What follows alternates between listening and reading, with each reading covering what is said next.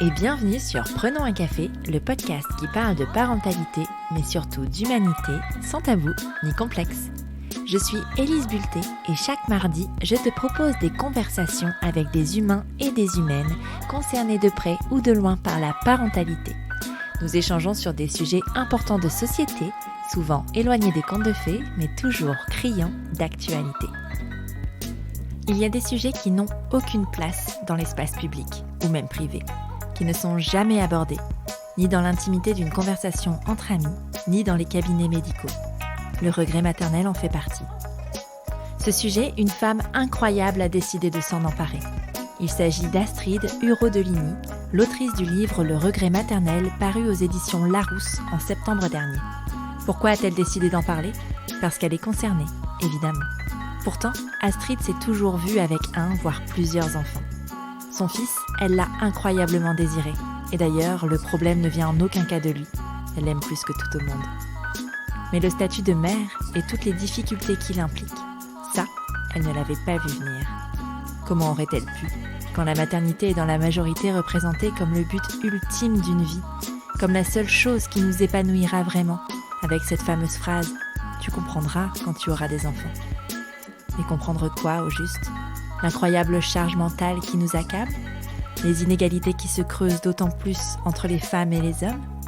Dans cet épisode, Astrid nous raconte son histoire et nous rappelle que le regret maternel est une histoire de ressenti. Il peut changer, partir, s'amplifier avec le temps. Ce n'est pas quelque chose qui se soigne, mais qui se vit. Et qui n'est pas incompatible avec l'amour inconditionnel qu'on peut porter à ses enfants. Tu pensais être seule à galérer ? Mets tes écouteurs et prenons un café. Bonjour Astrid. Salut Élise. Bienvenue sur Prenons un café. Merci beaucoup. Mais moi, je suis super ravie de te recevoir. Je suis ton travail, en tout cas sur les réseaux depuis longtemps, je pense que depuis que tu as commencé en tout cas ce compte public. Donc, je suis vraiment, vraiment contente de pouvoir échanger avec toi. Est-ce que tu peux, pour les personnes qui ne te connaissent pas, te présenter s'il te plaît ? Alors, je m'appelle Astrid, j'ai 36 ans, bientôt 37. J'habite à Montréal depuis 14 ans maintenant, un peu plus. Et c'est ça, j'ai créé mon compte Instagram Le Regret Maternel il y a un peu plus de 2 ans maintenant. Et je viens de sortir un livre du même nom qui est sorti donc le 7 septembre dernier aux éditions Larousse. Et voilà. Je vais te poser la question traditionnelle de Prenons un café qui prend absolument tout son sens avec le sujet que nous allons aborder. Est-ce que tu as toujours désiré être mère ? La question à 1000 $. C'est une excellente question parce que je pense pas avoir une réponse claire à cette question, dans le sens où il me semble que plus petite, plus jeune, même ado, je m'imaginais avoir des enfants. Enfin, je voulais des enfants. Mais maintenant que j'en ai un et avec toutes les difficultés que je traverse et que j'ai traversées, je suis pas certaine de savoir si c'était un réel désir ou si c'est le modèle familial dans lequel j'ai grandi, l'entourage, la société. Enfin, la société, je sais pas trop, mais en tout cas, mon modèle familial, ça oui, qui, à force de répéter, et encore, est-ce qu'il le disait? Je saurais même pas en fait, mais j'ai toujours eu le sentiment que de toute façon, étant une femme, j'allais me marier et j'allais avoir des enfants. Donc la question ne se posait pas. Maintenant, je pense qu'au fond de moi, oui, j'avais sûrement un désir, mais c'est très difficile en fait de me replonger dans l'avant-enfant parce que j'ai tellement évolué depuis, mon cerveau a tellement changé. C'est dur de se rappeler l'avant, mais je pense que étant à l'aise avec les enfants, aimant les enfants, je devais justement un peu fantasmer ça, me projeter, m'imaginer, câliner un enfant, mais sans me rendre compte du tout de ce que c'était réellement que d'être parent versus s'occuper d'un enfant pendant 1 heure ou 2, quoi. C'était pas donc le désir, je sais pas en fait répondre, totalement clairement à cette question. Mais tu vois, c'est marrant parce que dernièrement, je fais pas mal la distinction dans mes échanges, de dire en fait, tu as le devenir mère et tu as avoir un enfant. C'est pas la même chose. Et moi, j'ai l'impression qu'en fait, avant de devenir mère, on a surtout envie d'avoir un enfant. Mais on Ouais, n'a ouais, aucune idée de ce que c'est que de devenir mère et je crois qu'on le questionne pas vraiment, le devenir mère. exactement. Ouais, et René Grezard en parle très bien d'ailleurs dans son dernier livre, Choisir d'être mère, que j'ai adoré, vraiment. Je pense que c'est des questions que les nouvelles générations, en tout cas, qui sont pas encore parents, qui s'apprêtent à le devenir, vont peut-être plus se poser que nous, dans nos générations, d'il n'y a pas si longtemps que ça, mais quand même qui se questionnaient pas du tout.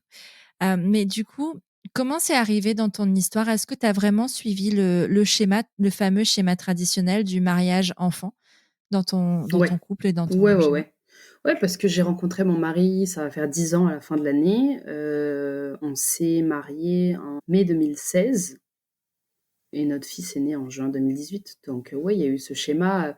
Moi, je voulais me marier, c'était par tradition, j'avoue, surtout parce que, oui, tu vois, je suis catholique, mais aujourd'hui, je suis plus pratiquante. Les valeurs catholiques, pures, j'ai envie de dire, me parlent, mais maintenant, en fait, je me dis surtout que c'est des valeurs humaines, hein, le partage, la bienveillance et cetera. Tu pas besoin d'être catholique pour avoir ces valeurs-là, mais voilà, enfin, pour moi, ça fait plus partie de mon quotidien et mon mari, lui, on se serait pas mariés, il s'en fichait complètement en fait. On l'a fait aussi parce que ça nous permettait de rassembler nos familles, de faire la fête. On habitait quand même, on a fait ça en France, mais on habitait déjà loin, donc c'était ouais, la bonne occasion de rassembler tout le monde et de fêter notre amour en fait, en quelque sorte. Mais je pense que si on ne s'était pas mariés, j'aurais culpabilisé par rapport à ma famille. Sûrement pas par rapport à moi, voilà. Donc oui, c'est ça, c'est comme, baptiser ton enfant, tu fais pas, tu vas te faire, pointer du doigt et cetera. Donc oui, il y a quelque chose en toi qui fait que, finalement, moi, je me rends compte que parfois, il y a des choix que je fais. Est-ce que ce sont des réels choix ou est-ce que c'est parce qu'on me l'a tellement, rabâché, c'est devenu un peu une sorte de lavage de cerveau, inconscient que, ben, tu le fais, mais sans questionner, en fait. Et parfois, c'est frustrant de se dire: «Eh, attends, j'ai 36 ans et puis je suis pas encore capable de penser par moi-même». C'est quand même con. Donc voilà, c'est encore aujourd'hui, il y a des choses, je me dis: «Est-ce que je pense ce que je pense parce que je le pense ou parce qu'on m'a dit de le penser?» C'est très philosophique cette petite phrase, mais c'est vraiment ça et c'est fatigant, en fait, c'est très fatigant. C'est une construction en fait, par rapport au regard d'autrui. C'est pas du tout une construction de: «OK, qu'est-ce que je veux moi? Quels sont mes profonds désirs?» Et en même temps, si je vais enfin, j'aimerais aller dans une direction potentielle, mais c'est tu te poses toujours la question de: «Qu'est-ce qu'on va penser de moi Ah oui. si je fais ce choix-là?» Et c'est marrant que c'est très marrant que tu le dises parce que justement dans le livre, j'en parle à un moment donné de, mes parents quand j'étais plus jeune et même plus tard, me disaient souvent: «Qu'est-ce que les gens vont penser de nous?» Mais de eux, hein, pas de moi, Astrid. Donc j'ai grandi avec ça aussi de: «Il faut que je fasse les choses en considérant que les gens vont penser quelque chose de mes parents si je fais pas les choses comme il faut». Donc imagine avec la sortie du livre, la complexité du truc, parce qu'évidemment, le «qu'en dira-t-on?», le fait que les gens puissent se dire: «Ah là là, monsieur Rodelini, sa fille écrit un livre sur un sujet, waouh», enfin et ça, c'est fatigant encore une fois, parce que ça veut dire que je peux pas être moi, je ne peux pas parler pour moi, en mon nom et exprimer ce que je ressens sans avoir une culpabilité ou sans me dire: «Je vais peut-être blesser quelqu'un». Mais moi, si ma famille, ça les blesse, j'y suis pour rien. Ça les regarde, en fait. Je parle de mon ressenti, là, je suis pas en train de les pointer du doigt et de les juger, je parle de moi. Mais c'est hyper difficile à faire. Enfin, pour le coup, moi, je suis confrontée à ça aussi. Enfin, vraiment, quand je raconte des trucs, tu sais, dans les conversations, sur les podcasts, où parfois je donne beaucoup de moi, où je dis des choses, et en fait, je me dis, mais qui peut écouter ça, tu sais? Est-ce que peut-être, je visualise les gens avec qui j'ai grandi, et je me dis, en fait, ça tombe, ils me regardent et ils entendent tout ça, mais qu'est-ce qu'ils doivent dire? Et tout de suite, Mmh. j'imagine qu'ils disent des trucs horribles, genre, «Ah, mais qui elle est cette personne? Elle est hyper ingrate pour dire ce genre de choses», enfin, tu vois? Ouais, ouais, Et tout à fait. alors qu'en fait, ça tombe déjà premièrement, ils lisent pas ou ils écoutent pas, en fait, c'est aussi possible, et en fait, ça veut dire quoi? Enfin, que mon sentiment, il est pas légitime, mais parce qu'en fait, d'autres personnes en face me diraient: «Non, c'est pas vrai». C'est Mmh. pas que non, c'est pas vrai, c'est qu'eux l'ont pas vécu, eux, ils l'ont pas vu. Ils étaient pas moi, tu vois? Exactement, c'est tout à fait ça. Et c'est dingue, hein, mais c'est fort, hein, ce truc-là. Enfin, je sais pas si tout le monde vit ça en vrai, mais j'ai l'impression, enfin, ces derniers temps, j'échange avec beaucoup de personnes qui vivent ça aussi, donc je me dis que ça doit être quand même plus courant que ce qu'on pense, ce côté, au regard des autres qui t'empêche d'être vraiment toi. Quand tu as commencé, ton compte Instagram, Le Regret Maternel, tu étais, dans l'anonymat, tu disais pas qui tu étais. Je peux pas m'empêcher de voir le lien avec ce qu'on vient de dire, en fait, Ah bah de me oui. dire: «Bah, en fait, c'est pour ça, en fait, finalement, que tu Ouais, ouais, as, vraiment. J'avais peur aussi du regard de mes proches, mais quand je dis proches, c'est pas seulement ma famille, mais c'est aussi mes amis, d'être vue différemment, de perdre des amis comme ça en me disant: «Bah, ces gens-là me jugent». Donc il y avait cette inquiétude parce que finalement, des gens que je ne connais pas, il y en a énormément qui me suivent sur Instagram que je ne connais pas dans la vraie vie. Bon, bah, ces personnes-là me suivent, donc elles apprécient mon travail, puis je les remercie beaucoup pour ça, mais des personnes qui passeraient sur le compte ou qui écouteraient, cette interview et qui jugeraient, bah, en vrai, je m'en fous, tu sais, je les connais pas, mais des personnes, que j'estime et que j'aime, qui pourraient juger ça, ben oui, ça pique, ça fait mal parce que tu te dis, «Je pensais qu'ils me connaissaient un peu mieux que ça» ou du moins, qu'il y aurait une certaine empathie ou une certaine, bienveillance dans leurs propos ou du moins des questions, même si elles sont maladroites et par chance, dans mes plus proches amis, il y a personne ne m'a jugée là-dessus. Au contraire, quand j'ai parlé du conte, quand j'ai parlé du livre, les gens étaient là: «Waouh, c'est génial, mais c'est incroyable», donc voilà, moi je me raccroche à ça et je me dis: «Ben, après les autres, tant pis, en fait». C'est que tu as choisi les bonnes personnes pour t'entourer. Ouais, sûrement, c'est ce que je me dis. Bah oui, c'est vrai. Mais je comprends. Tu vois, moi, j'ai ce truc de dire, en fait, ça m'est venu quand tu as dit ça.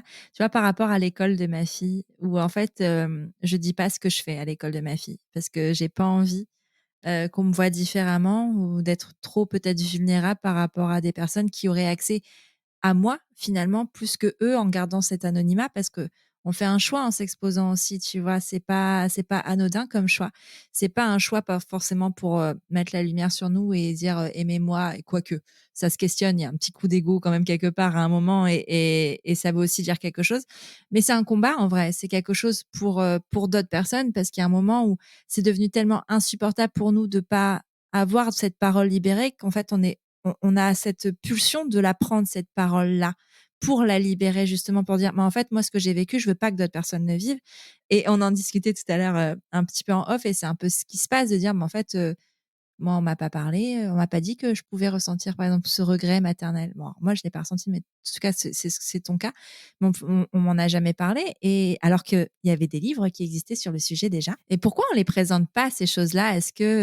Est-ce qu'on a peur qu'on arrête de faire des enfants, que le taux de natalité chute? Je ne pense pas que ça arrivera, en fait, Ben non, parce que vraiment je pas. sais plus qui parlait de ça, qui donnait cet exemple hyper, intéressant de il y a des pays en guerre, depuis des années, ils continuent d'avoir des enfants, je veux dire, c'est pas et pourtant, il y aurait toutes les raisons du monde d'arrêter d'en avoir parce que c'est l'enfer, mais ça ne les empêche pas, en fait, d'en avoir. Alors bon, après, il y a peut-être plein de choses à prendre en compte, elles ont pas le choix ou peu importe, mais en attendant, ça n'empêche pas la natalité. Donc oui, c'est savoir ne veut pas dire que: «Ah, beh, finalement, je me rétracte». Peut-être que oui, il y en a qui le font, mais il y en a d'autres qui vont dire: «Bah, je suis plus armée, pour faire face à ça et j'ai confiance en moi, en mon couple, en mes proches», peu importe, en fait.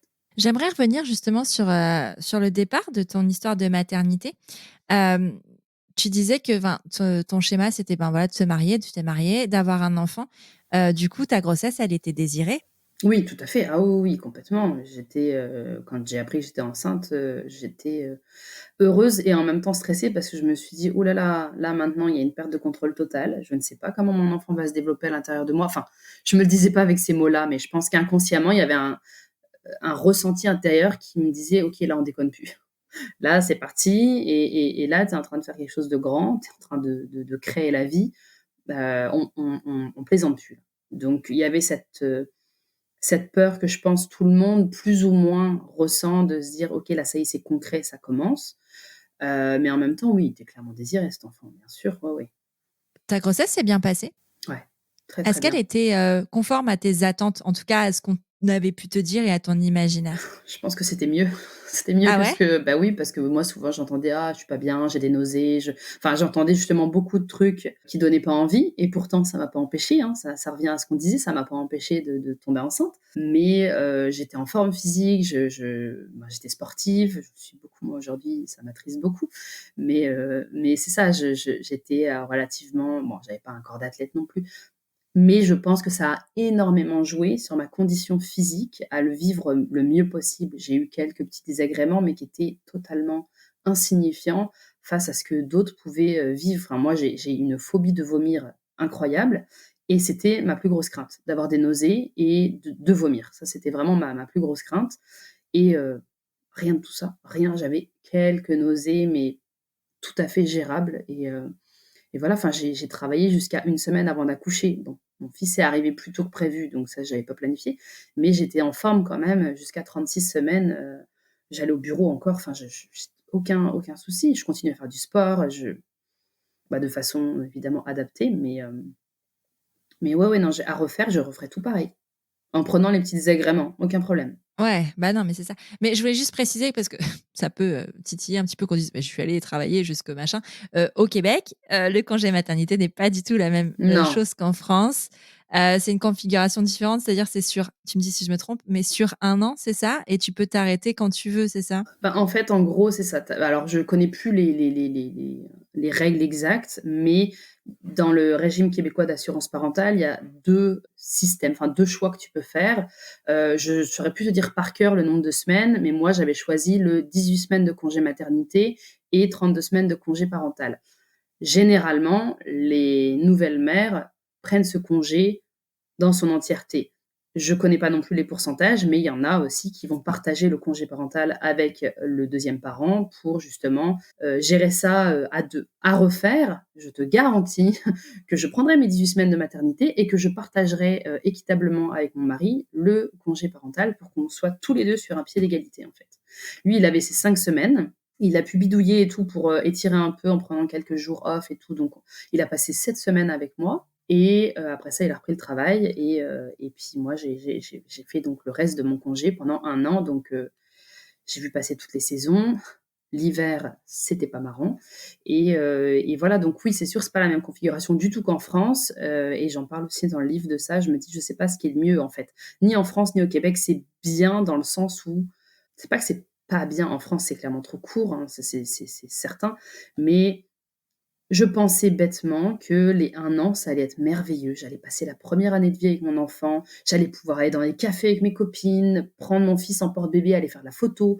Mais rien s'est passé comme ça, en fait. Rien du tout. Donc la désillusion. J'ai cru me casser la figure de 10 étages, en fait. Ça a été, d'une violence extrême parce que je me sentais terriblement seule. Je n'osais rien faire, je n'osais pas sortir. Quand il faisait -20, n'en parlons même pas. Et heureusement, j'avais des amies qui étaient mamans aussi en même temps que moi, qui m'encourageaient en me disant: «Viens Astrid, mais on va t'aider, t'inquiète pas». Donc ça, c'était mon village, ces filles-là. C'était mon village à ce moment-là, parce que sans elles, je pense que je serais restée encore plus recluse, en fait. Ça aurait été horrible. En fait, c'est un peu ça, c'est pas tu vois, tu parlais de c'est pas tellement la durée alors la durée, oui, en France, définitivement, c'est trop court, mais c'est l'isolement, en fait, le problème, je pense. C'est pas le fait que ça dure, 1 an, enfin, en vrai, c'est génial parce que enfin, c'est génial quand tu as le choix, parce que quand tu as envie de reprendre le travail, tu sais? Parce qu'il y a des mères qui ont envie de reprendre le travail très tôt. Moi, j'aurais jamais pu rester 1 an avec ma fille, même si je l'aime énormément et pourtant j'avais le choix et j'ai pas fait ce choix. Mais vraiment, c'est une question de choix et ce qui revient toujours, c'est l'isolement. Moi, c'est quelque chose que j'ai aussi beaucoup ressenti, cet isolement, cette solitude, de dire, tu as l'impression qu'en fait, autour de toi, le monde continue de tourner, mais pour toi, le monde, il est pas du tout enfin, ça a pas de sens, en fait, que ça continue alors que toi, tu es dans une espèce de spirale et tu comprends pas ce qui t'arrive et du coup, tu oses pas parler aux autres parce que toi, tu as l'impression que les autres, comprennent ce système de vie et continuent à vivre et toi, tu es là dans cette enfin, tu es tout pétrifié, tu es tout Dans à cette la maison, spirale-là, tu ouais. as Non, non, voilà, c'est c'est ça et c'est hyper dur. Est-ce que tu sais d'où ça vient cet imaginaire justement? Tu dis tu avais imaginé que tu passerais 1 an à te promener avec ton bébé, aller dans les cafés? peut-être parce que, je voyais sans voir, des mamans dans les parcs, avec leur bébé, en train de jouer. Sauf que bon, peut-être que la maman que je voyais dans le parc en train de jouer avec son enfant, c'était la première nuit depuis, des semaines qu'elle dormait enfin bien, qu'elle était motivée à sortir et qu'elle s'est dit: «Tiens, on va aller dans le parc, regarder les arbres, les oiseaux, les machins avec mon enfant», et que moi j'ai vu l'instant T de cette femme-là. Tu En fait, c'est ça, c'est que je pense qu'on veut c'est pas seulement qu'on veut voir que ce qu'on veut voir, mais il y a ce je parlais de ça aussi pour l'allaitement, c'est-à-dire que moi, je pensais que l'allaitement allait couler de source, sans aucun jeu de mots, parce que toutes les femmes que je voyais qui allaitaient avaient l'air d'allaiter de façon tout à fait, fluide, là encore aucun jeu de mots, et de se dire, enfin, tu sais, je les voyais et puis je me disais, enfin, je me disais rien en fait. Pour moi, c'était imprimé dans ma tête que c'était comme ça. Sauf que pour 10 femmes dans un parc en train d'allaiter sur un banc avec un sourire, au visage, combien de femmes chez elles en train de galérer à ne pas réussir leur allaitement ou à être, les doigts de pied crispés parce que ça fait mal ou à ne pas réussir à allaiter assise comme moi. Enfin, j'étais pas capable de faire ça. Je sais pas, en fait, je pense que j'en veux pas aux personnes, aux mères en tant que telles, dans que j'ai pu croiser parce que c'est pas de leur faute. Enfin, je veux dire, elles sont là, elles vivent leur vie normale. Mais c'est plutôt je pense c'est tout un imaginaire collectif, le côté, bah, avec ce qu'on véhicule dans les séries, dans les films, ce qu'on nous dit, ce qu'on nous dit pas, c'est un tout, en fait. C'est un peu difficile à verbaliser, mais c'est un on te dit tellement que la maternité, de toute façon, c'est merveilleux, avoir un enfant, c'est la plus belle chose qui t'arrive, que c'est impossible de te projeter en te disant: les embûches que tu vas avoir, ben, ça va être violent, en fait. Parce que tu penses que, bah, s'il y a embûche, en 2 secondes, ça va être réglé, mais en fait non, parce qu'encore une fois, chaque enfant est différent. Chaque maternité se vit différemment et moi, ça a réveillé des trucs que j'aurais jamais pensé, qu'elles allaient se réveiller, en fait. Donc c'est ouais, c'est la déconvenue totale. Comment tu as vécu la naissance de ton fils? À refaire, je referais tout pareil. Pour l'accouchement, en tout cas, ça a été, un moment un peu hors du temps. Je m'en souviens sans m'en souvenir, mais je sais que c'était puissant, c'était beau. J'étais bien entourée, j'avais ma doula qui était avec moi, j'avais mon mari qui était hyper présent et qui savait quoi faire, quand le faire parce qu'il était justement, bien informé. Il n'était pas juste spectateur, bien sûr, c'est pas lui qui a couché, mais en tout cas, il était, suffisamment présent pour, savoir, comment agir et quand agir avec moi donc ça, c'était, un gros, gros plus. J'ai senti justement la force de mon mari et de ma doula, parce qu'on était une belle équipe. Et non, j'en garde un excellent souvenir, ça a été, ouais, très puissant, très fort, intense, puis surtout que moi j'avais, fait le choix d'accoucher, sans péridurale et je referais la même chose si c'était à refaire, ce qui n'arrivera pas. Heu, mais oui, sans aucun doute, je referais la même chose. Après, est-ce que j'ai eu de la chance? Peut-être. Est-ce que mon corps était suffisamment, bien préparé pour que ça se passe bien comme ça? Sûrement. Mais voilà, enfin, ça a été, merveilleux et quand mon fils est né, bah, je m'en souviens, oui, tu sais, c'est moi qui l'ai récupéré, on avait demandé à mon mari s'il voulait le sortir de mon ventre, puis, il avait dit: «Je verrai sur le moment», puis finalement, je pense qu'il était trop pris dans l'émotion donc, nope. Et donc j'ai sorti mon fils, je l'ai mis sur moi, puis je pense j'étais sonnée comme n'importe qui vient d'accoucher parce que même si en soi ça a été rapide, je mets des guillemets, 12-13 heures en tout, pour un premier je trouve que c'est pas mal. Bah, j'étais sonnée en fait, puis il était 00:45 donc j'étais voilà, j'étais fatiguée, la journée avait été quand même intense. Donc j'ai pas, souvenir d'une émotion incroyable, les larmes ne sont absolument pas sorties, j'étais pas le seul moment où j'ai versé quelques larmes, pendant tout ce temps de travail, c'est en arrivant à la maternité parce que je me suis dit: «Oh là là, ça y est, on déconne plus là». C'est comme quand j'ai appris que j'étais enceinte. Ouh là là, ouh, petite larme là, ouf, c'est maintenant. Donc un peu de stress qui monte de se dire, là, en fait, tu peux pas faire marche arrière. Le bébé, il va falloir qu'il sorte. Peu importe comment, tu vas le sortir.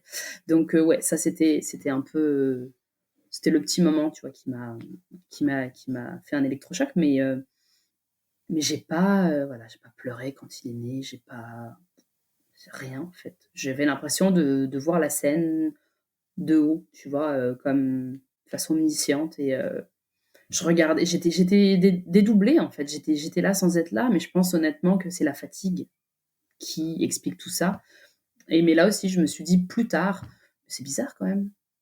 Moi qui suis hyper, hyper émotive pour tout et rien, j'ai pas pleuré. C'est bizarre». Donc je saurais pas te dire aujourd'hui comment je l'ai vécu à l'époque, le fait de me rendre compte de ça, parce que je me rappelle pas vraiment. Mais je pense que oui, il y a eu un peu de je me suis posé des questions. Je me suis dit: «Mais pourquoi?» Puis vu que la suite après était compliquée aussi, je me dis: «Il y a rien qui se passe comme j'avais imaginé en fait, c'est zéro partout». Ouais, c'est ça. La rencontre s'est faite avec ton fils, enfin, je veux dire, est-ce que tu as, enfin, comment ça se passe les premiers moments avec lui? Est-ce que tu te sens mère? Enfin, comment tu te sens mère aussi? Enfin, qu'est-ce qui se passe? C'est dur, je me souviens pas. Je revois les photos de moi avec lui, mais on dirait que si je réfléchis bien, j'avais pas l'impression d'être mère dans le sens où, là encore, hein, le fameux syndrome de l'imposteur, je me trouvais pas crédible. j'agissais normalement avec mon fils, je veux dire, je m'en occupais, je le lavais, je mettais ses couches, je l'allaitais et cetera, mais j'avais pas l'impression d'être moi. J'avais l'impression d'avoir pris le rôle de quelqu'un et puis limite de me dire: «Bon, c'est quand est-ce que je le rends à qui? C'est quand est-ce que on passe à autre chose là bientôt?» ou tu sais, enfin j'exagère un peu, mais c'est à ça que je pense quand je me rappelle de ces moments-là où, bah, c'est ça en fait. Puis je me disais: «Mais ça va être ça combien de temps là? De dormir, en hachurée, je sais plus si c'est le jour ou la nuit, je sais pas quelle heure il est, je sais même pas si j'ai mangé aujourd'hui». J'étais en pilote automatique finalement très, très vite après la naissance et je faisais les choses parce qu'il fallait que je le fasse aussi. Je pense j'étais un peu détachée parce que, bah, je pense que ça joue aussi avec les hormones et enfin tu as un peu pris un train dans la tronche quand même en accouchant donc Un 33 tonnes, moi je voilà, dis. c'est ça, complètement. Donc c'est un marathon, il faut se remettre et le problème c'est que tu ne peux pas te remettre puisque tu dois tout le temps t'occuper de ton enfant, c'est normal.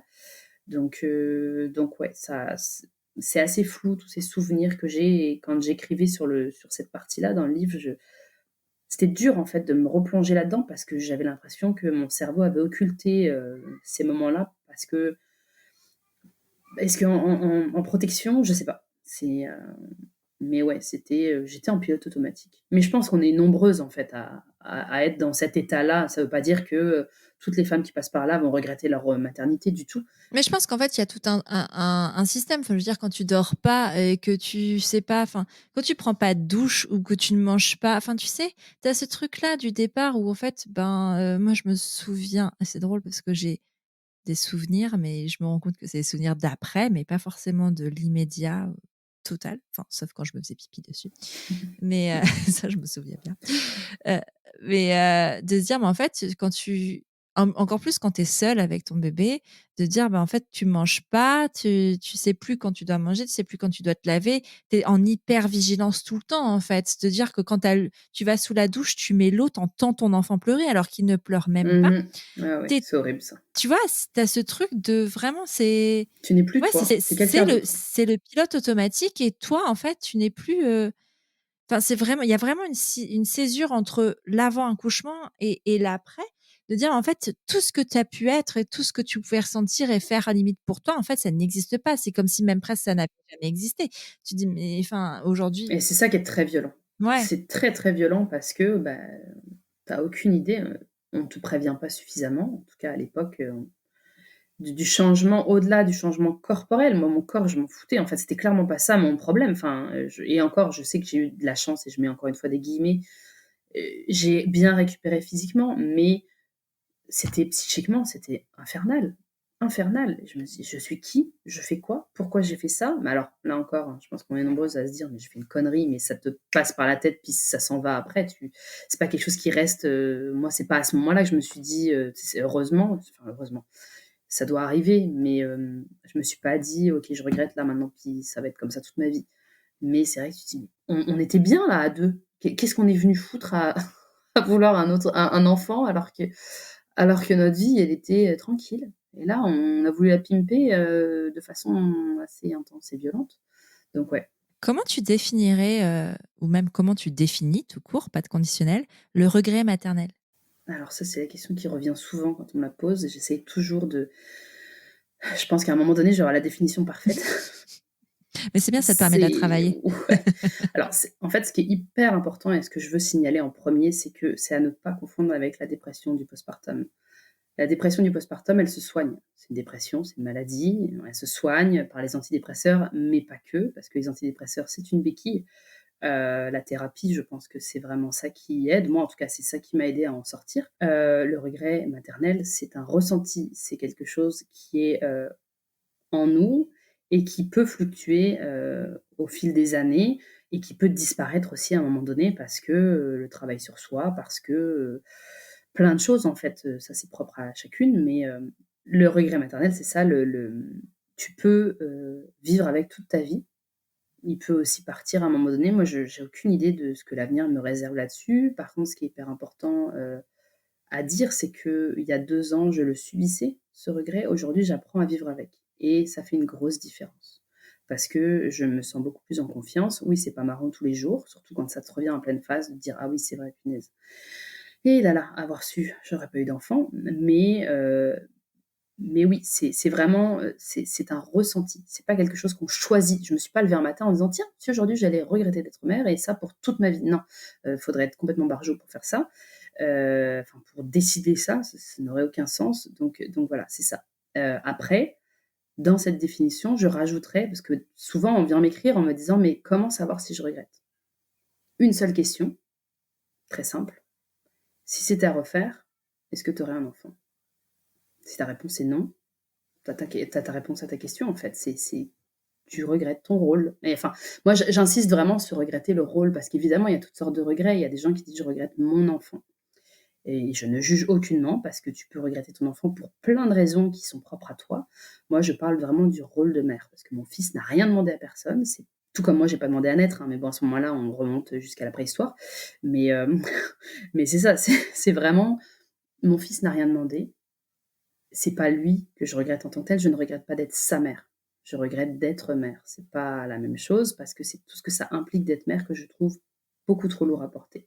C'est épuisant, mais évidemment, à ça viennent s'imbriquer mon histoire familiale, qui je suis en tant qu'Astrid, en fait, qui je suis. Et en fait, je me suis rendu compte après la naissance de mon fils que j'étais quelqu'un qui avait besoin d'avoir vraiment du temps pour soi, d'avoir et que j'ai beaucoup de difficultés avec le bruit. Et ben, mon fils qui est tout le temps, tout le temps, tout le temps, tout le temps une pile électrique, ben, il y a des moments où j'ai l'impression que ma tête, elle va exploser, en fait. Et après, je sais que c'est un enfant, c'est normal, il a 4 ans, voilà, il vit, hein, heureusement qu'il vit. Mais ça veut pas dire que parce qu'il a 4 ans, je dois forcément tout accepter dans sa façon d'exprimer sa joie ou sa colère, et cetera. Et c'est là où ça devient très difficile. Donc voilà. Mais c'est vraiment, répondre à la question: «Si c'était à refaire, est-ce que tu choisirais d'avoir un enfant?» Et je me permets d'ailleurs de développer un tout petit peu là-dessus. Il y a des personnes, dans ma famille qui m'ont écrit en me disant: «Bah, j'ai lu ton livre et tout», mais ça pour elles, ça reste compliqué de comprendre la différence entre regretter son rôle de mère et regretter son enfant, et aussi de se dire: «Mais ton enfant, il est là aujourd'hui, comment tu peux te dire que si c'était à refaire, tu l'aurais pas?» Je sais pas, j'aurais pas mon fils, lui, parce que c'est sûr, il existe aujourd'hui. Et l'autre variante que j'ai trouvée, et je pense que je l'ai lu quelque part, quelqu'un qui a dû me l'écrire en commentaire ou je sais plus, et que je trouve extraordinaire, c'est: «Si j'avais l'opportunité de vivre une seconde vie, dans cette vie-là, je choisirais de ne pas avoir d'enfant». Je pense que ça aide plus les gens à comprendre que c'est pas mon fils, en fait, le problème, c'est ce rôle-là. Donc si je pouvais revivre une nouvelle vie, bah, dans cette vie-là, j'aurais pas d'enfant, en fait. Et puis, en fait, c'est compliqué parce que c'est pas la personne en tant que telle, tu vois? C'est pas ton fils, c'est pas Mais non, l'enfant, c'est pas c'est l'être ça. qu'il est, c'est, enfin, je veux dire parce que s'il existait pas, tu saurais pas, tu vois? Je saurais pas tout ça, ouais. Bah, Il voilà, y aurait c'est d'autres choses à guérir qui seraient enfouies en moi, et lui, grâce à lui, d'une certaine façon, j'ai grandi, mais comme jamais j'aurais grandi en si peu de temps. exactement. Tu sais, c'est comme quand on parle d'avortement et qu'on personnifie déjà l'embryon qui est avorté. C'est un peu la même chose en projetant des choses sur lui, en disant que, ben, oui, potentiellement, peut-être que s'il était né, ça aurait été un être génial, c'est pas la question. Il n'empêche que ça n'a pas existé. Donc pourquoi imposer enfin, cette souffrance supplémentaire, cette vision-là sur quelque chose qui n'est pas? Parce qu'en fait, on parle là d'une vie où il ne serait pas. Donc en fait, c'est même pas dire, c'est pas le tuer en fait, ça n'a rien à voir, tu vois? C'est pas, le supprimer, c'est vraiment en amont, ben, j'aurais pas fait. Donc en fait, ça ne lui aurait pas fait de mal et en fait, il y a peut-être cette notion-là de souffrance ou de faire du mal à l'enfant, mais s'il est pas là, il a pas mal. C'est ça, on voit l'enfant comme quelqu'un de comment est-ce qu'on dit? D'innocent, de fragile, et oui, c'est vrai, mais c'est pas encore, et je comprends que certaines personnes puissent avoir du mal à l'intégrer, mais moi, ça fait 2 ans que je réfléchis à tout ça, donc dans ma tête, pour moi, c'est clair, c'est évident, et ça n'a rien à voir avec mon fils, et ça, je sais pas combien de fois je le répéterai, c'est pas mon fils le problème, c'est comment je le vis d'être mère qui est dur. Mais c'est hyper compliqué de dissocier maternité et enfant. Ah Parce qu'en oui, fait, l'un ne va pas sans l'autre. j'avais cette conversation, c'est marrant, ce matin, avec une personne sur une réunion lambda.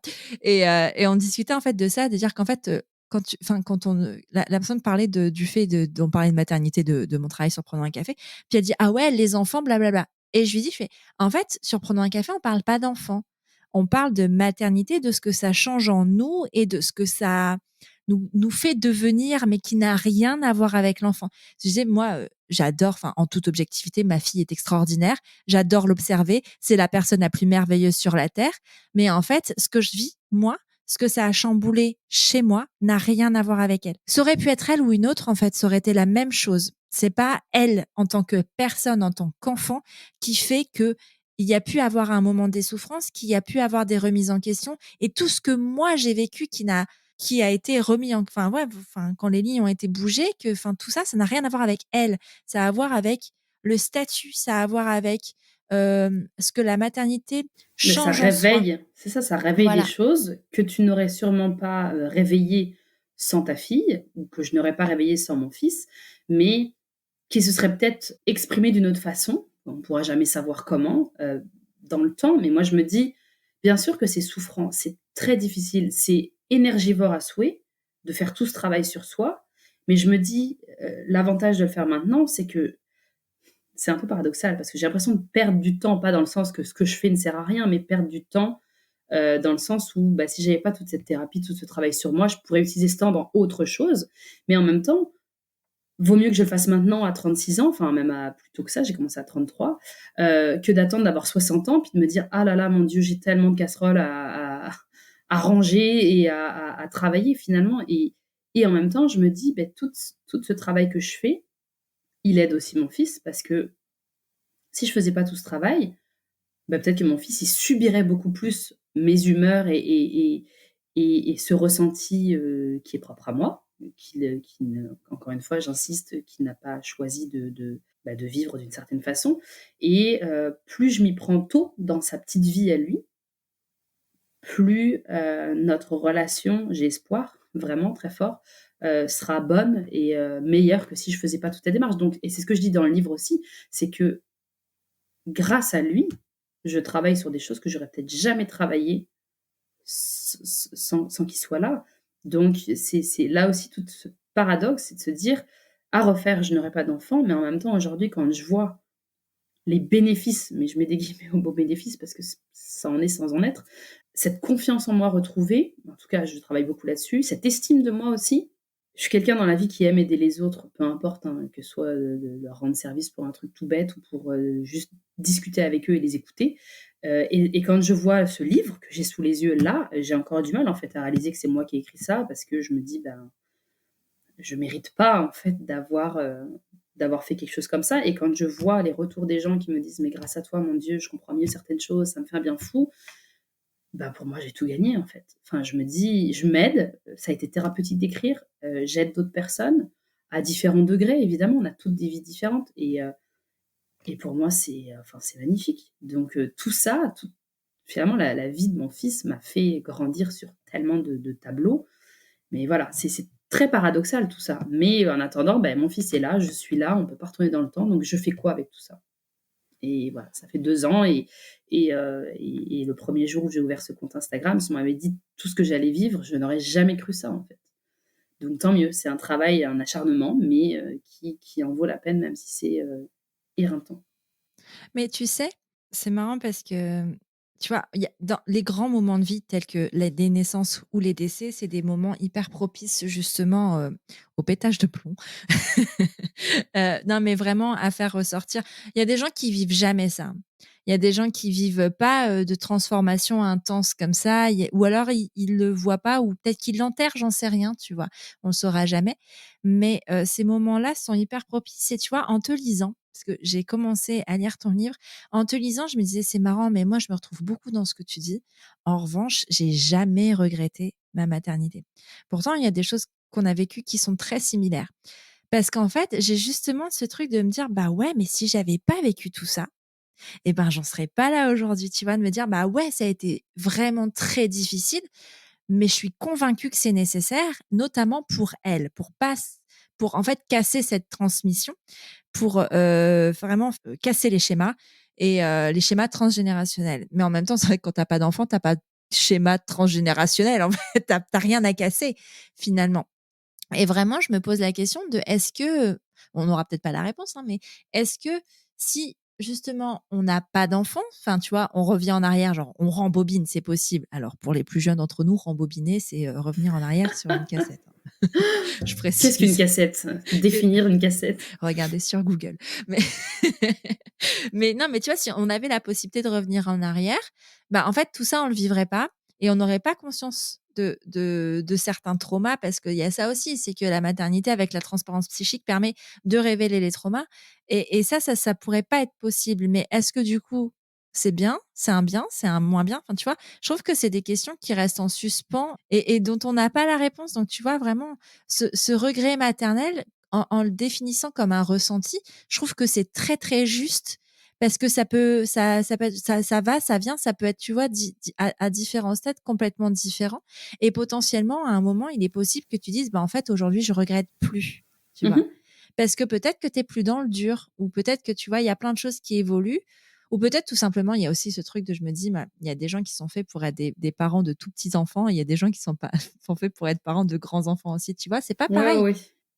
C'est sûr que j'ai pas la réponse, moi, à cette question de: «Est-ce que je vais regretter toute ma vie?» Je sais pas. Par contre, je pense pas un jour te dire: «C'est trop bien d'être mère».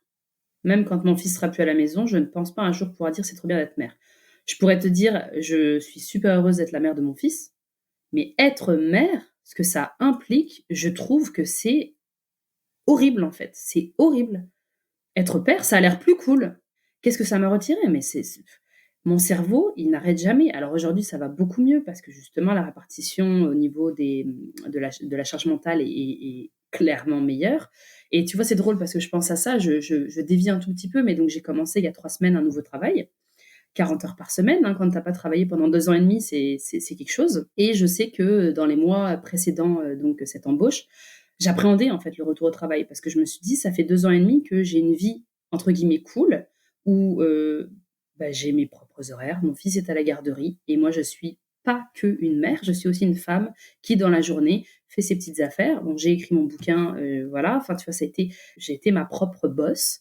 Là, ce n'est plus le cas. Je suis extrêmement heureuse d'avoir trouvé un travail, surtout que, enfin voilà, je travaille dans les ressources humaines, donc je suis ravie. C'est quelque chose qui me plaît énormément.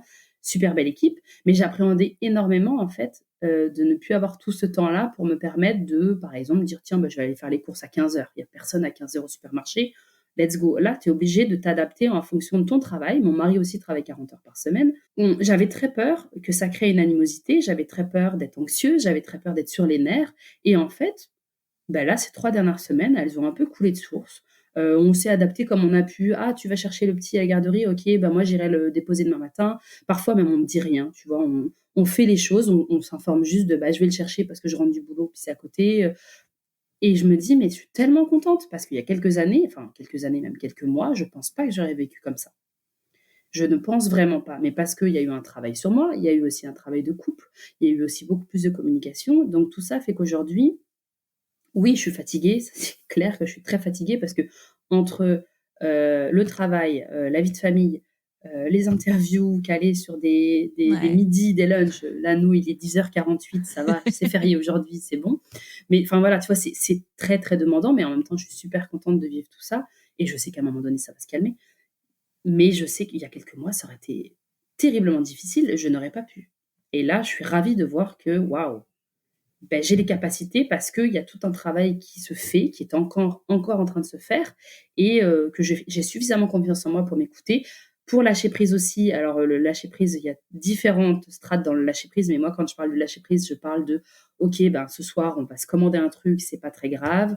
On va aller commander, je vais aller, m'abonner à HelloFresh ou un truc du genre pour avoir 3 repas dans la semaine et puis, ben, quand je vais trouver une stabilité, peut-être que je reprendrai des repas à faire moi-même». Enfin, d'essayer de se trouver des alternatives et de ne pas être trop strict avec soi-même en se disant: «Mais il faut absolument que je fasse mes propres repas parce que HelloFresh, c'est trop de plastique». Oui, c'est trop de plastique et ça saoule, mais pour l'instant, on se calme. Je viens de reprendre un travail, il faut aussi que je me donne le temps de reprendre un rythme, de m'écouter, de m'adapter et après on verra, en fait. Et ça, j'aurais jamais été capable de faire ça il y a 1 an, par exemple. Mmh. Mais c'est ce truc de justement, pas tout changer d'un coup et accepter que les transitions et les changements soient difficiles.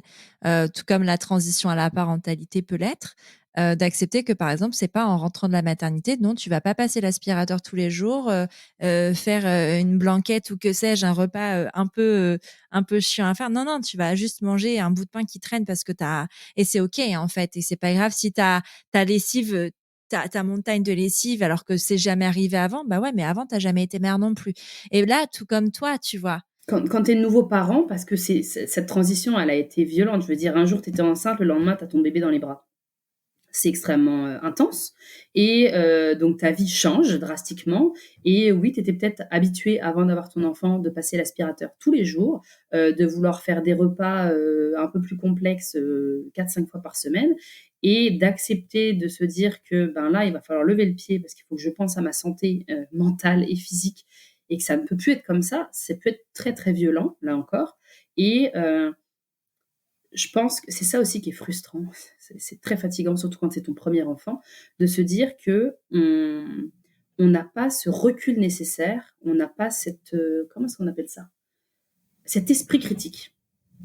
Quand on est tout nouveau parent, surtout d'un premier, là aujourd'hui, j'ai 4 ans d'ancienneté en tant que mère. Je pense que je suis capable en Tu fait es de me level dire que 4. voilà, c'est ça. Je veux dire les big boss de fin de niveau, j'en ai passé plein et je me sens beaucoup plus à l'aise et c'est ça qui est très, très frustrant, c'est que parfois je me dis: Oui donc d'accord, à refaire, j'aurai pas d'enfant». Mais je me dis aussi parfois: J'aimerais revivre en fait ces débuts-là, mais avec les connaissances que j'ai aujourd'hui qui sont un peu plus faciles pour avoir moins l'impression, là encore je mets des guillemets, que mon fils est un brouillon dans le sens où, ça a été le premier et puis que j'ai fait comme j'ai pu.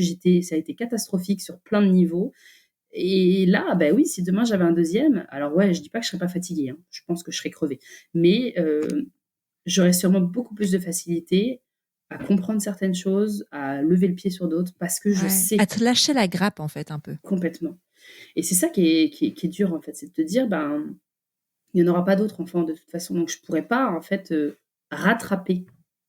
Mais même si tu en avais un autre, de toute façon, tu rattrapes pas. Non, non, Parce que non, ce que tu mais vis avec un deuxième enfant, c'est pas la même chose, tu vois? Puis tu as toujours, de toute façon, moins de temps à accorder à un deuxième. Enfin, tu vois, il y a de te toujours réconcilier peut-être ouais, avec tout ça, peut-être. un petit peu, tu vois? Ou en tout cas de se dire: de réaliser que t'es pas nul. T'es pas nul, que oui, tu as les capacités, c'est juste que, là, tu es déjà passé par là, tu connais les tu sais où est-ce qu'il y a des mines, tu sais où est-ce que ça risque de péter et donc tu es capable de dévier ça ou du moins de mieux l'appréhender parce que tu l'as vécu dans ta propre chair, en fait. Donc Ouais, mais tu tu vois, je sais pense que c'est facile d'avoir ce recul-là quand on dort déjà. ah oui, oui, Tu oui, vois? Non, ça mais tu vois ce que je veux dire? C'est que à ce moment-là, est-ce que tu tu tu es vraiment en capacité, même en ayant les informations, d'avoir le recul nécessaire? Franchement, je ouais, suis c'est pas pas sûr. sûre. Non, non, c'est pas sûr. C'est vrai que comme tu dis, là, aujourd'hui, je dors bien. Je touche à peine l'oreiller que je suis plus là, et je dors toute la nuit. Je touche du bois pour que ça dure. On a la chance d'avoir un enfant, mais je pense que c'est parce qu'il est tellement speed et tellement intense et tellement, Il tellement s'épuise pile tout électrique. seul. Voilà, c'est ça. Donc tant mieux, en fait, hein. Pour ça, moi, je suis presque contente parce que je me dis: «Si je devais, mettre une chose en priorité, c'est le sommeil». Parce que si tu ne dors pas, je dirais pas que tu es foutu, mais en tout cas, ça va pas, quoi. C'est hyper dur de bien vivre ta vie si tu dors pas et c'est pas pour rien que c'est utilisé comme instrument de torture, hein, Non, mais d'empêcher de c'est ça. dormir parce que Mais c'est violent.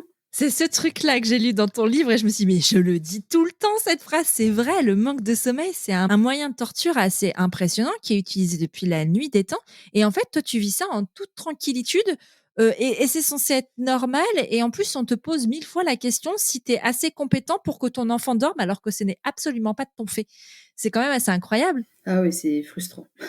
J'ai une question pour toi. Est-ce que tu as l'impression, en reprenant par exemple ce job, à plein temps, est-ce que tu as l'impression de te retrouver toi? OK, oui. J'arrête pas de dire à mes collègues: «Mais je suis trop contente, je suis super motivée, je suis trop contente, je suis super motivée». C'est vraiment drôle parce que je pense qu'ils doivent me prendre pour une cinglée. Dire: «Mais elle est intense elle aussi», mais parce que c'est ça, je me dis puis faut prendre aussi en considération qu'on a passé 2 ans et plus en pandémie. Ce n'est malheureusement pas terminé, mais ça va quand même mieux aujourd'hui. Il y a moins de restrictions, moins de choses compliquées. Et donc, c'est ça, c'est d'avoir l'impression de retrouver un semblant de vie normale, guillemets au mot normal, parce que c'est ça, j'ai l'impression de sortir en fait d'une espèce d'énorme brouillard et de dire ça y est, ah, grand soleil. Alors bien sûr, oui, ça vient avec des difficultés, c'est-à-dire que ben, je me couche plus tôt parce que je suis crevée de ma journée. Les week-ends passent vite. Il faut réfléchir à l'organisation, qu'est-ce qu'on fait, quand est-ce qu'on fait des courses, etc. Mais oui, franchement, 2 ans et demi sans travailler, enfin, quand je dis sans travailler, sans employeur, sans salaire, sans vie normale, c'est très très long. Et quand j'y pense, avant d'avoir ce job, j'ai calculé, je n'ai travaillé que 6 mois depuis la naissance de mon fils, qui a 4 ans et plus, 4 ans et demi presque. Donc c'est rien du tout et parce qu'évidemment le Covid a tout foutu en l'air et ça avait été, une catastrophe.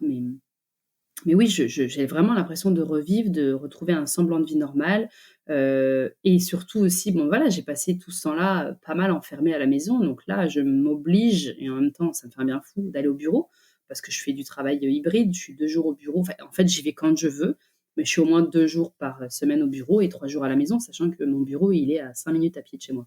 Donc c'est merveilleux, c'est extraordinaire. Et donc j'en profite, tu vois, je me dis, ben, même si mes collègues sont pas forcément là, on n'est pas toutes là en même temps, tous et toutes là, parce qu'il y a aussi des garçons. J'y vais juste pour sortir de chez moi et dire je vais au travail, puis je rentre à la maison et je fais cette cassure-là, quoi, parce que finalement, j'ai jamais vécu ça, moi, le télétravail 100%, en plein Covid, je sais pas ce que c'est.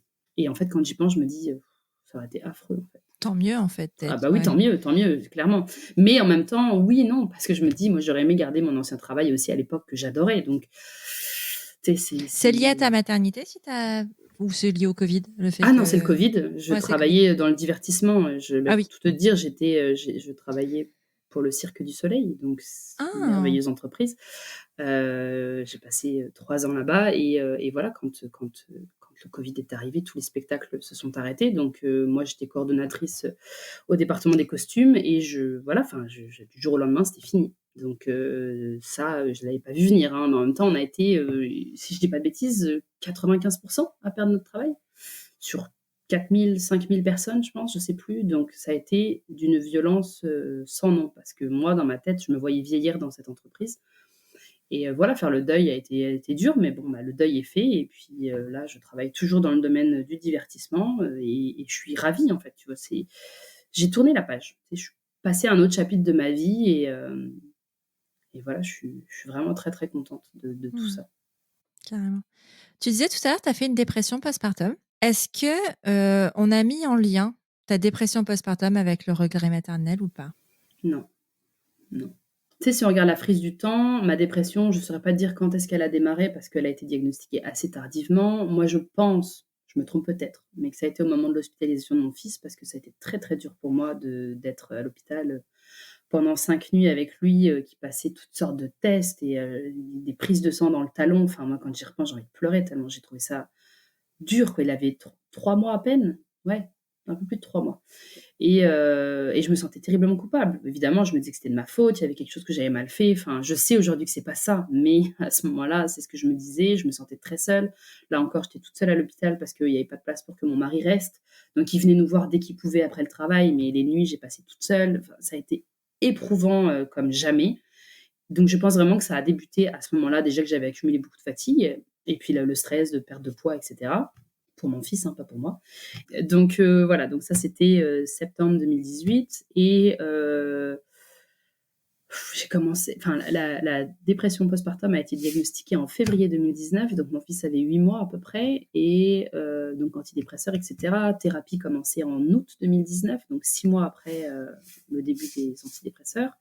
J'ai repris le travail, quelques semaines plus tard, donc quelque part en septembre 2019, le rythme était assez soutenu, mais j'étais contente de retrouver un travail. Puis j'étais à 4 jours semaine à ce moment-là, donc ça c'était cool aussi.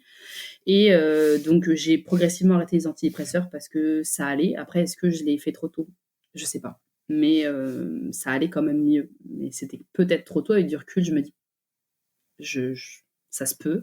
Mais bon, j'en avais parlé avec mon médecin, il m'avait bien dit comment réduire progressivement pour pas que le sevrage soit violent. Et donc voilà, après tu vois, donc septembre 2019, tu calcules mars 2020, le Covid qui arrive, et je pense que ça, est-ce que sans le Covid, j'aurais vécu ça comme aussi violemment? Je sais pas, aucune idée, mais le Covid, c'est venu ça a été une énorme claque dans la figure. Alors je sais qu'on l'a tous très très mal vécu, hein, je sais très bien que je suis pas la seule. Mais cette impression de retour en congé maternité forcé après 15 mois à ne plus travailler, en plus de ça, être enfermé, on peut plus voir personne, tu peux plus voir tes amis. En plus, à ce moment-là, en mars, c'était dégueu la météo. Enfin, c'est déprimant à souhait. Tout ça n'a clairement pas aidé. Donc, tu vois, la dépression, elle était plus vraiment là à ce moment-là. En tout cas, il y avait la thérapie. Je continuais. Hein, ma thérapeute, j'ai jamais arrêté de la voir, et c'est encore le cas aujourd'hui, une fois par semaine.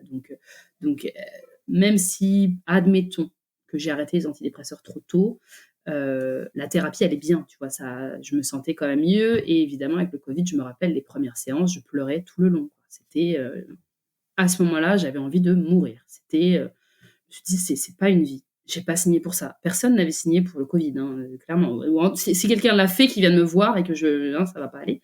Mais non, c'est ça, c'est. Donc, tu vois, ça a été comme, il y a eu toute une, tu sais, si tu regardes la frise du temps, il y a vraiment eu tout un processus. Est-ce que si j'avais pas fait de dépression postpartum, j'aurais pas regretté? Je pense pas que ça aurait été aussi simple que ça. Est-ce que j'aurais pu ne pas regretter malgré une dépression? Je pense pas non plus. Ça, c'est parce que, encore une fois, c'est mon histoire, c'est ça qui ressort. Donc mon histoire qui ressort, la place de la femme dans la société, une fois qu'elle devient mère, le féminisme, enfin tout ça, toute cette claque en fait énorme qui t'arrive dans la figure, de toute cette réalisation de: «Oh la vache, OK, finalement, tu penses être féministe et tu l'es clairement pas, ou en tout cas clairement pas comme il faudrait», parce que tu as l'impression en fait, tu sais, on parle souvent du dark web en disant que voilà, tu as un penchant au web normal. Ben là, c'est pareil en fait. Une fois que tu deviens mère, oh là là, tu as l'impression de rentrer dans un monde que on t'en a jamais parlé. Tu sais pas, et tu arrives à tâtons avec ta torche, puis là tu as les les anciens au fond qui disent: «Viens, n'aie pas peur, c'est dégueulasse, mais viens». Tu sais, donc c'est je sais pas du tout pourquoi je parle de ça, mais en tout cas, moi j'ai beaucoup Je vois, mais d'images qui me c'est viennent dans drôle. la tête, et beaucoup de métaphores. Moi, je suis très bonne pour ça. Ouais, je pense on est plusieurs dans ma tête parfois. Mais enfin voilà, c'est très. Ouais. Tu peux faire une dépression sans regretter. Bah, bien sûr, c'est ça. Mais oui, bien sûr. Mais à quel moment, toi, tu poses le mot regret? Alors, la première fois que j'en entends parler, c'est au travers du compte de Fiona Schmidt sur Instagram, donc son compte Bordel de mer, en juin 2019. J'ai une capture d'écran dans mon téléphone, hein, je pense quand même la date, c'est 14 juin 2019, un an moins un jour avant l'anniversaire de mon fils. Et je vois qu'elle parle du livre d'Orna Donat, qui à l'époque n'était pas encore traduit. Et je fais une capture d'écran de cette story. Mais est-ce qu'à ce moment-là, dans ma tête, je me dis: «Ah, c'est ce que je ressens?» Non, je pense pas. C'est juste que j'aime lire, que ça faisait déjà un an que j'étais mère, et que je commençais doucement, tu sais, avec les podcasts et cetera, à m'intéresser plus à tout ça, à comprendre des choses, et je me suis dit: «OK, je me garde ça en tête, puis à un moment donné, j'irai l'emprunter à la bibliothèque ou l'acheter, peu importe», mais généralement, j'emprunte plus que j'achète. Mais ça a allumé un petit truc dans ma tête, ça, c'est sûr. Et cette story-là, je l'ai retrouvée beaucoup plus tard dans mes captures, en fait, quand je triais mon téléphone, j'ai: «Ah là là, c'est vrai ça». Donc j'ai emprunté le livre, mais il n'était pas encore traduit en français, et bien que je parle tout à fait bien l'anglais, à ce moment-là, ma tête, déjà, il y avait pas beaucoup de place pour réfléchir. Alors, lire en anglais, j'avais du mal à me concentrer, et j'ai dû lire 15 pages, et j'ai dit: «Bon, je vais attendre qu'il sorte en français», puis voilà. Et je l'ai vraiment lu justement, je pense que c'était, début du Covid, en fait.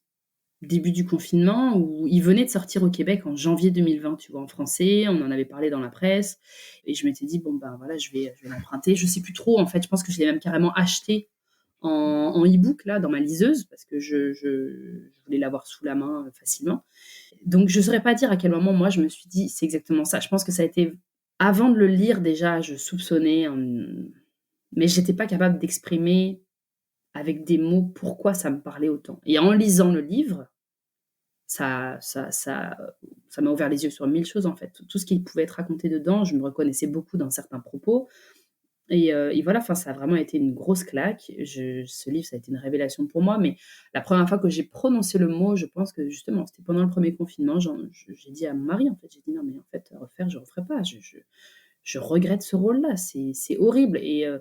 Et évidemment, à ce moment-là, j'étais très, très, très, très mal. Le premier confinement, c'était horrible. Donc je pense que j'étais vraiment dans le creux de la vague, mais bien, bien moche. Donc mon mari, peut-être qu'à ce moment-là, lui, il s'est dit: «Bon, de toute façon, je vois bien que ça va pas», donc il est resté un peu, bête, en fait. Je pense qu'il a dû se dire: «Ben, elle est juste fatiguée», et puis il restait un peu, il tombait des nues finalement. Il a pas trop compris, mais on n'a jamais vraiment reparlé beaucoup dans les mois qu'on suivit. Tu vois, quand j'ai créé mon compte Instagram en août 2020, je lui ai parlé de ce compte, en janvier de l'année d'après, donc janvier 2021, et j'avais l'impression de lui mentir, de lui cacher un truc, j'aimais pas ça, en fait. Et comme il savait ce que je ressentais, quand j'en ai parlé, ça m'a fait rire parce qu'il m'a dit: «Bah, je sais très bien que tu regrettes». Je dis: «Non, non, mais ça, c'est moi, en fait, derrière ce compte». Ah, mais il est pas du tout réseaux sociaux, donc pour lui, bah, pas qu'il s'en foutait, mais tu vois, il a rien laissé paraître. C'est comme: «Bah, tant mieux si ça te fait du bien», tu vois? Puis donc après, évidemment, quand je lui parlais de l'écriture du livre et cetera, quand on m'a contactée, en septembre 2021, il m'a encouragée. En fait, j'aurais pas eu ces encouragements, je sais pas si je l'aurais fait, parce que si j'avais eu quelqu'un à côté de moi qui me dit: «Mais tu veux pas écrire un livre là-dessus? Mais c'est nul», ça aurait été très dur, tu vois? Donc son soutien par rapport à ça, même s'il ne ressent pas du tout la même chose que moi, pour moi, il est primordial. Sans ça, je pense que je vivrais beaucoup moins bien aujourd'hui. Finalement, le soutien des proches est extrêmement important. Ouais, c'est clair. Mais justement, dans ton couple, quand tu as commencé à parler de regrets, quand vous avez parlé de regrets, pardon, est-ce qu'il l'a compris, ce que tu ressentais? Je sais pas, parce qu'on a on avait beaucoup de difficultés à communiquer. Lui, c'est pas quelqu'un qui parle énormément. Moi, au contraire, je suis quelqu'un qui parle beaucoup, qui a besoin d'extérioriser énormément. Comme on en tu sais, on s'est jamais assis, il m'a jamais dit: «Bon, vas-y, on s'assoit, on prend un verre de vin, explique-moi parce que j'ai du mal à comprendre». Absolument pas. Donc je pense que c'est à force que moi je lui en parle, puis avec la thérapie qu'on fait à 2 aussi, que la compréhension et le soutien non verbal finalement, le soutien émotionnel, c'est beaucoup plus mis en place, en fait. Et ce qui fait que je pense aujourd'hui on est beaucoup plus soudés, c'est parce qu'il y a plus ce manque de avant j'avais un peu l'impression qu'on était comme 2 personnes qui s'occupent de leur enfant, mais qui se comprennent pas. Et parce qu'on n'était pas capable on parlait pas la même langue finalement. Ça donne vraiment cette impression-là. Et là, la thérapie a beaucoup aidé, et puis bon, je pense qu'il voit aussi que j'arrive à tu vois? Tout n'est pas parfait, hein, clairement pas, mais je le sens beaucoup plus réceptif à ce que je peux vivre, et j'ai tendance aussi beaucoup plus l'écouter quand il me conseille sur certaines choses par rapport à notre fils. Lui, il a une patience que je n'ai pas, bon, qui est parfois mise à rude épreuve évidemment, mais avant, c'est comme si j'acceptais pas qu'on me donne des conseils, surtout lui. Je dis: «Attends, quand même, je sais comment je fonctionne, c'est bon». Je suis beaucoup plus, à l'écouter, même si parfois enfin voilà, tu vois, il y a moins d'orgueil, moins de l'ego va un peu se tasser, et je trouve que c'est hyper important parce que c'est comme ça qu'on arrive à fonctionner ensemble, et c'est ça aussi qui permet qu'ils comprennent un peu plus ce que je ressens. Mais la thérapie, puisqu'on est obligé de communiquer et que je parle plus ouvertement au thérapeute, forcément, ça mûrit dans sa tête, sans que je lui dise à lui directement, tu vois, il le comprend plus, donc ça aide beaucoup, c'est sûr. Ouais, c'est plus facile quand tu passes par un tiers, justement. Parce que tu te sens peut-être, enfin, la parole, elle est pas dite directement à toi, donc tu te sens moins impacté. Ça fait peut-être moins mal sur des paroles, en tout cas, qui pourraient l'être. Est-ce que tu sais ou est-ce que tu penses qu'il t'en a voulu de regretter? Oui, et je lui en veux pas qu'il m'en ait voulu, mais je pense que oui, même s'il le dira peut-être jamais avec des mots, mais le simple fait que je veuille pas d'autres enfants, pour lui, c'est difficile, en fait. Mais il me l'a quand même bien expliqué. Pour lui, c'est pas je sais pas trop comment le retranscrire, mais là, si demain je disais: «Go, on a un autre enfant», peut-être pas qu'il me dirait: «Oui». Je pense que ce qui est dur pour lui, c'est de savoir que la porte est complètement fermée. Ça veut pas dire que si elle était entrouverte, on aurait forcément un deuxième. Peut-être que lui dirait: «Bah non, tu as raison, finalement, un c'est bien».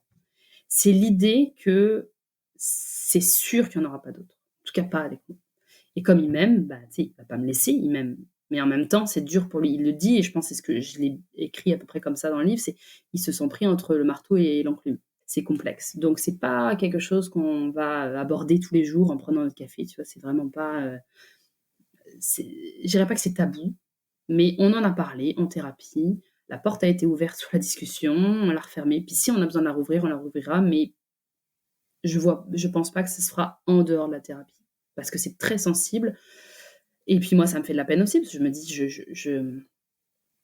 Je lui vole un truc un peu précieux d'une certaine façon, mais j'ai choisi de m'écouter et de me respecter, et de me prioriser.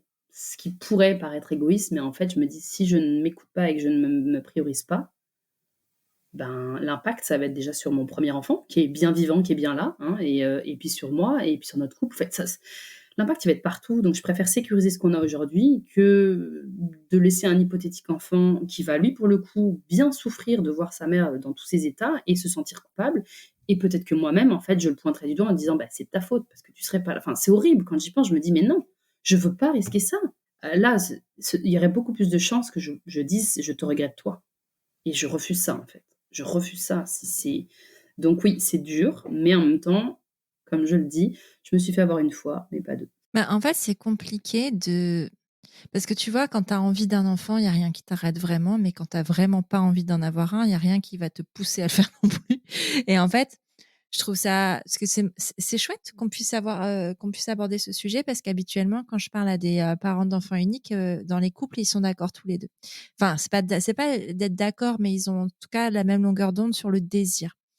Et c'est intéressant d'avoir cet échange avec quelqu'un qui n'est pas dans cette configuration-là, parce qu'en fait, quoi que tu fasses comme choix, eh ben, il y en aura toujours un des deux qui sera pas lésé, mais qui Oui, je vois ce que sera tu veux dire. meurtri, tu vois, qui Mmh. sera. Mais je reprends ce que tu dis, c'est pas tant un manque de désir, moi je voulais des enfants, mais j'ai choisi de ne pas en avoir un autre, non pas parce que j'en ai jamais voulu plus d'un, mais parce que je me suis rendu compte de ce que c'était, de la violence du rôle de mère et que bien sûr qu'avoir un deuxième enfant ne va pas enlever mon rôle de mère. Mon rôle de mère, il est là, j'en ai un enfant, je le vis. Mais c'est 2 fois plus de responsabilités, 2 fois plus, de temps que tu dois voilà, enfin c'est l'amour se multiplie, ça, j'ai aucun problème à le croire, hein. Mais alors le temps, tu as toujours 24 heures dans une journée et moi, mon temps pour moi, il est trop important en fait pour que je me dise: «Bah, demain en fait, OK, il va falloir que je passe du temps de qualité avec l'un, avec l'autre, parce que c'est important». Non, je veux me choisir moi, en fait. Je me choisis moi, mais ça n'a pas été sans mal, en fait, parce que j'aurais aimé en avoir un autre. Je me voyais avec 2 enfants et voilà, donc c'est un deuil aussi, mais qui est peut-être plus facile à faire parce que c'est une conviction pure et dure, tandis que mon mari, lui, ça a été un peu, je lui ai imposé ça d'une certaine façon. Ouais, je comprends exactement ce que tu ressens avec cette conviction, enfin de pas en vouloir d'autres, et c'est pas forcément quelque chose qui a toujours été là. Je vois bien. Je vais te poser une dernière question, enfin une dernière. Il y en aura peut-être d'autres, hein, on sait jamais. Mais pourquoi tu as décidé de créer ce compte Instagram? Pourquoi tu as décidé de parler de ce sujet-là de manière publique? Qu'est-ce qui t'a motivé? Ah, c'est une bonne question. Bah, quand j'ai créé le compte, donc c'était l'été, 2020, donc début covid. C'est bien parce qu'il y a eu un avant Covid et un après Covid, mais donc c'est ça, c'était l'été, j'avais plus de travail, il y avait pas de travail à ce moment-là vraiment dispo pour moi parce que le divertissement, il y avait rien dans ce domaine-là.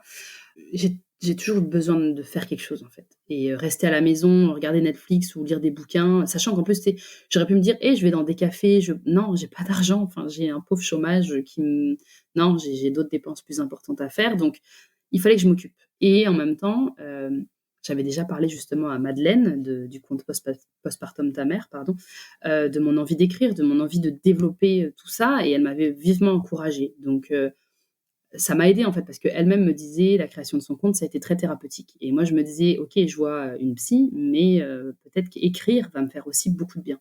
J'ai toujours adoré ça donc voilà, et puis aussi encore une fois, je reviens à ce que je disais plus tôt, j'aime aider les gens en fait. J'aime me dire que je peux apporter peut-être quelque chose de positif dans la vie des autres, mais sans aucune, je reste très humble quand je dis ça. Je suis pas en train de dire que grâce à moi, les gens sont sauvés, loin de là. Mais de me dire si je peux, transmettre quelque chose et puis par mon expérience, rassembler d'autres personnes qui se reconnaissent en moi et qu'on puisse discuter ensemble et s'auto-soutenir, ben, tant mieux en fait. Parce qu'en plus là, en temps de Covid, les contacts humains étaient plus restreints, donc je me suis dit: «Bah, internet va permettre finalement d'échanger». Certes, on peut pas se voir en vrai, mais au moins, bon, même sans Covid, on n'aurait pas forcément pu se voir en vrai, mais c'était important pour moi d'aller poser ça quelque part, d'aller raconter mon histoire et puis j'ai cherché, hein, évidemment, est-ce qu'il existe des comptes sur le sujet? Facebook, Instagram, je voyais rien. Parce que sinon, je pense pas que je me serais permise, tu vois? Je me serais sentie mal, encore une fois, d'aller, entre guillemets, «prendre la place» de quelqu'un et et et de piquer son travail, même si en vrai, chacun est libre de faire ce qu'il veut, hein, mais le fait qu'il y ait rien là-dessus, je me suis dit: «Pourquoi pas?» Mais j'avais peur de me prendre des tomates dans la figure, hein, d'où aussi l'anonymat. Et j'ai eu quand même le soutien de grandes personnes que j'aime beaucoup, hein, dont Fiona Schmidt et aussi Ophélie Bourgeois, du compte Garde tes conseils, qui elle aussi, je lui parlais déjà depuis quelque temps, depuis mon compte perso. Et voilà, c'est les deux qui m'ont donné de la visibilité quand j'ai parlé de mon histoire, quand j'ai témoigné. Ophélie avait fait une publication, un hashtag Garde tes tabous, et donc j'avais parlé de ça à ce moment-là. Et Fiona, elle avait partagé mon témoignage. En fait, je lui ai demandé, est-ce que tu as déjà abordé ce sujet? J'ai pas l'impression, en lisant les différents témoignages, que quelqu'un en avait parlé. Et donc elle m'a dit, vas-y, je vais publier ça. Donc ça m'a donné de la visibilité, évidemment, et pour ça, je les remercie du fond du cœur. Et petit à petit, voilà, je me suis dit, bon, bah, qu'est-ce que je vais faire pour que tout ça ait du sens? Et donc évidemment, j'ai commencé par parler du livre d'Orna Donat, qui était pour moi un peu la base de tout ça, et ça a été une révélation. Puis ensuite, je me suis dit, pourquoi pas recueillir des témoignages? Il y a d'autres comptes qui font ça, suivant les sujets, etc. Et je me suis dit, ben voilà, je vais donner la voix et la place aux personnes qui veulent témoigner. Et là, d'ailleurs, j'en profite pour dire pardon à toutes les personnes qui m'ont envoyé un mail depuis 1 an et à qui je n'ai pas répondu, parce que l'écriture du livre m'a pris beaucoup de temps. Et je compte bientôt recommencer à publier des témoignages parce que j'en ai plusieurs en attente. Et j'ai vraiment envie, en fait, de donner cet espace à ces personnes qui m'ont fait confiance pour me raconter leur histoire. Mais voilà, pour moi, c'est important, en fait, de montrer aussi qu'il y a différentes sortes de regrets. Et sur mon compte, il y a beaucoup de personnes qui n'avaient pas compris qu'il y avait un code couleur. Mais suivant parce que je ne l'ai jamais expliqué, mais j'ai fait des codes couleurs différents suivant les questions que je posais. La question, c'est si tu regrettes d'être mère, ok, raconte-moi ton histoire. Si tu as regretté à un moment donné, mais plus maintenant, raconte-moi aussi ton histoire. Et si tu es l'enfant d'une mère qui regrette ou a regretté, ton histoire m'intéresse encore plus parce que, évidemment, souvent, on se met à la place de l'enfant, on dit, mais pauvre enfant, sa mère qui regrette, etc. Et là, finalement, ces témoignages-là, ils sont très précieux parce que tu te rends compte que ça va juste dépendre de ta relation avec ton parent. Si ton parent était super proche de lui, d'elle, parce que je parle souvent des mères, généralement, les personnes qui m'écrivent me disent, moi, j'ai bien compris que ma mère a regretté son rôle de mère, pas moi, en fait. Et on est très fusionnels. Et ça fait beaucoup de bien, en fait, parce qu'on se projette et on se dit, mais moi, c'est ça que j'espère, qu'il y ait cette proximité entre nous et que ça n'altère pas, en fait, notre relation, que mon fils, un jour, apprenne, parce qu'il le saura tôt ou tard, ce que je ressens.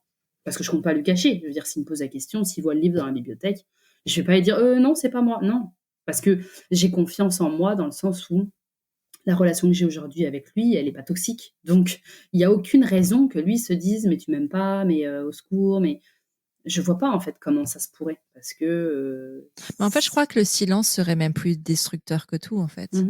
Parce Le fait de mais de parler toute façon, voilà, ouvertement. il le saurait. Il le saurait tôt ou tard, parce que, en plus, c'est ça, c'est mon nom. Enfin, je veux dire, c'est pas un nom d'emprunt. Donc, et j'en parle dans le livre d'ailleurs de pourquoi j'ai écrit avec mon nom et pas avec un pseudo, et parce que c'était important. Il y a eu tout un processus. Au départ, c'était non, ce sera avec un nom d'emprunt.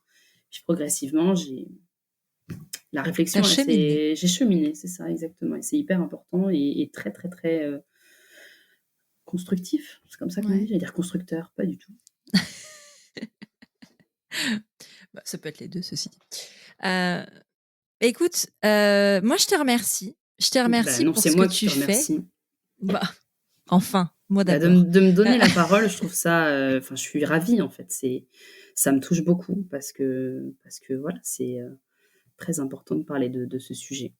Ouais, et puis, moi, je te remercie pour ton livre, pour avoir pris la parole, parce que je pense que tu aides énormément de personnes. Je pense que tu aides beaucoup de mères, qu'elles regrettent ou pas d'ailleurs, hein, et on en discutait en off tout à l'heure, c'est que en fait, t'as pas besoin de regretter ta maternité ou de regretter d'être mère pour apprécier le contenu de ton livre ou pour se reconnaître dans ton livre, parce qu'en fait, il y a des bribes comme ça qui sont, qui résonnent en fait, tout simplement. En tout cas, moi, je l'ai ressenti comme ça et je l'ai pas fini, donc j'imagine que ça va encore résonner.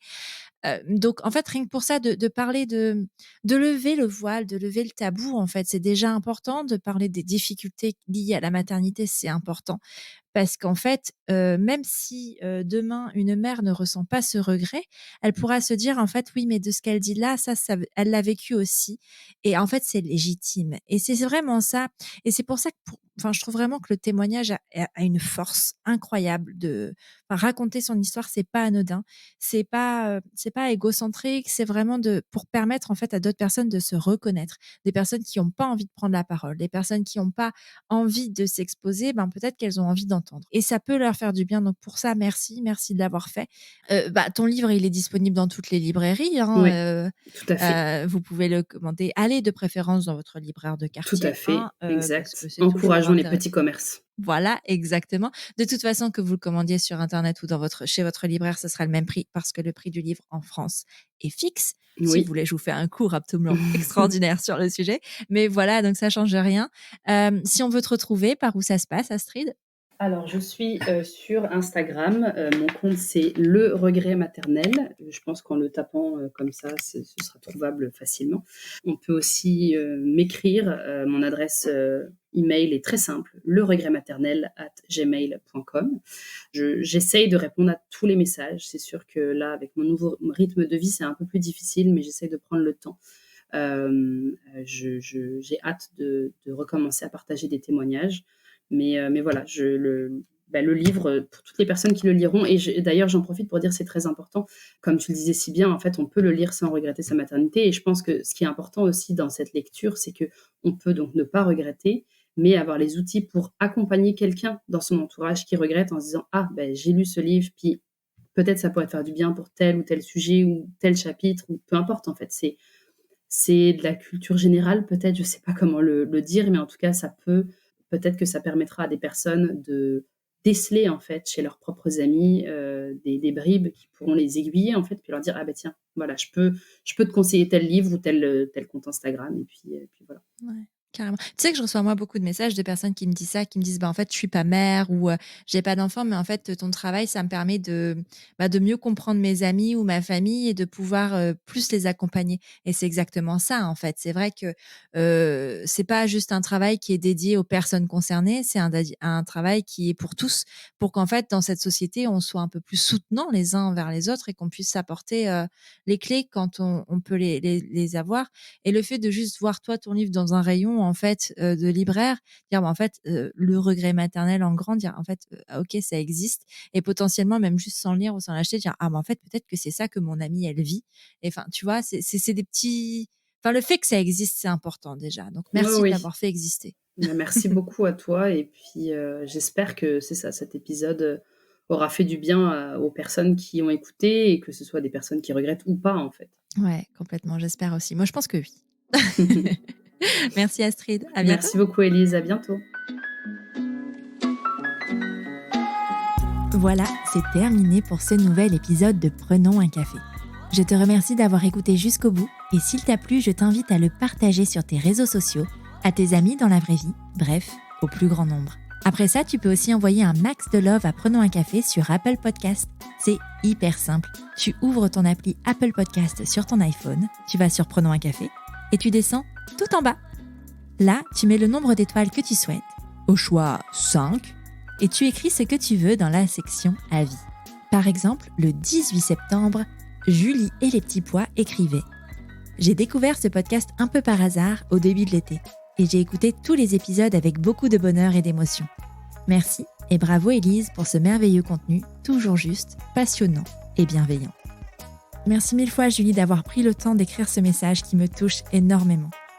Bon, et puis si tu n'as pas Apple Podcast, tu peux toujours parler de Prenons un café autour de toi, ça ne mange pas de pain et ça fait toujours plaisir. Tu es sur Prenons un café, le podcast qui parle des sujets de parentalité, mais surtout d'humanité, sans tabou ni complexe. Je te retrouve mardi prochain, et oui, mardi prochain, pour un nouvel épisode. Abonne-toi à Prenons un café sur ton appli de podcast préféré pour ne rien manquer. D'ici là, prends bien soin de toi. Autour d'un café.